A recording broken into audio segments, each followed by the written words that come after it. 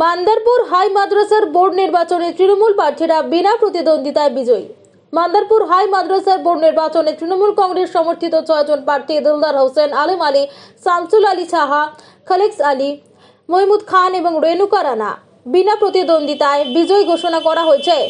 নির্বাচনের প্রক্রিয়া শুরু থেকে নিয়মিত এবং সুসংগঠিত পরিচালিত হয়।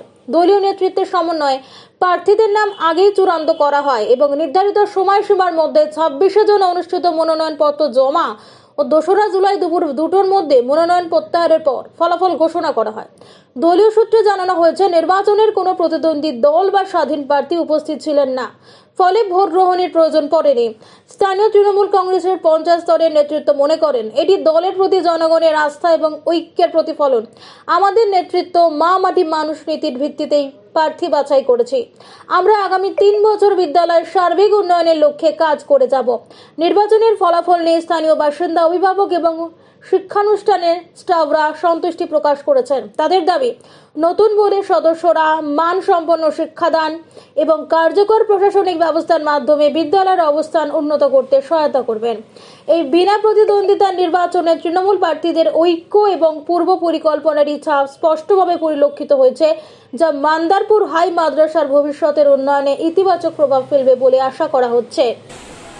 আমাদের 26 তারিখে নমিনেশনের ডেট ছিল, 26 তারিখ থেকে। তো গতকাল আমাদের লাস্ট ডেট, মানে 2 তারিখে লাস্ট ডেট ছিল, 2টা পর্যন্ত সময় ছিল।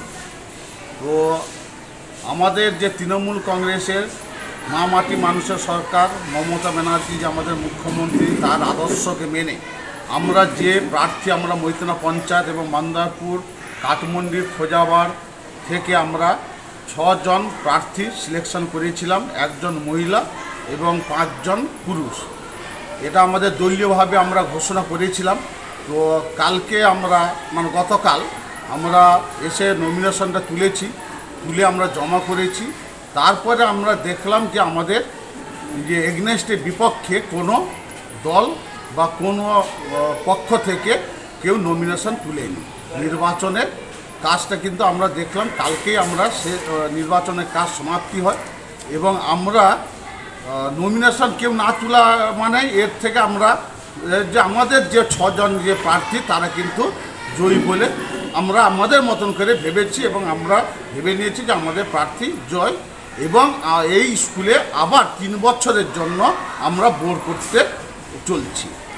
আপনি নতুনভাবে আবার সিলেকশন হয়েছেন, স্কুলে পরিকাঠামোর দিক থেকে কতটুকু উন্নয়ন হবে বলে মনে করছেন? এই মান্দারপুর হাই মাদ্রাসায় আমরা যখন, মানে আমরা 10 বছর, 10 3 13 বছর আমরা কিন্তু বোর্ডে আছি। আবার নতুন 3 বছর আমরা আবার আসতে চলেছি। বর্তমান এখন আমি সম্পাদক আছি। আমাদের সেপ্টেম্বর মাস পর্যন্ত মেয়াদ, সেপ্টেম্বর মাসের পরে নতুন বোর্ডে কাজ শুরু হবে।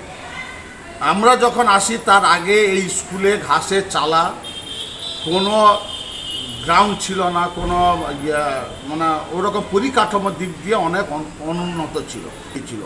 আমরা আসার পরে 13 বছর আগে থেকে যখন আমরা আসি, আমরা প্রথমে গ্রামের মানুষের সঙ্গে বসি, আলাপ আলোচনার মাধ্যম দিয়ে একটা সরকারি প্রতিষ্ঠান, একটা হাই মাদ্রাসা সরকারি প্রতিষ্ঠান, মানুষের মধ্যে সেই জাগরণটা তৈরি করে মানুষকে এখানে কিন্তু আমরা সবাইকে পৌঁছাতে পেরেছি।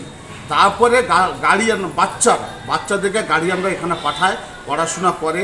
আমাদের মাস্টারমশাইরা খুব ভালো করে পড়াশোনা করেন, খেলাধুলা এবং স্পোর্ট কালচার সমস্ত দিক দিয়ে আমরা কিন্তু পরিপূর্ণতা।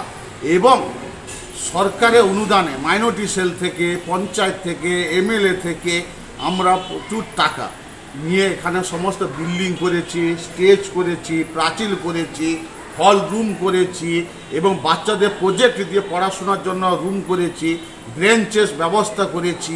এবং আমাদের মানে কোনো প্রোগ্রাম করা, স্বাস্থ্য শিবির আপনি দেখবেন আজকেই আমাদের স্বাস্থ্যকর্মীরা আছেন, প্রত্যেক সপ্তাহে একবার এসে চেক আপ করা, খাওয়া দাওয়ার সমস্ত পরিষ্কার পরিচ্ছন্নতাভাবে করা, সমস্ত রকমের প্রোগ্রাম এসে আমরা কিন্তু করে পরিপূর্ণতাভাবে স্কুলটাকে একটা সাজিয়ে গুজিয়ে তুলতে পেরেছি।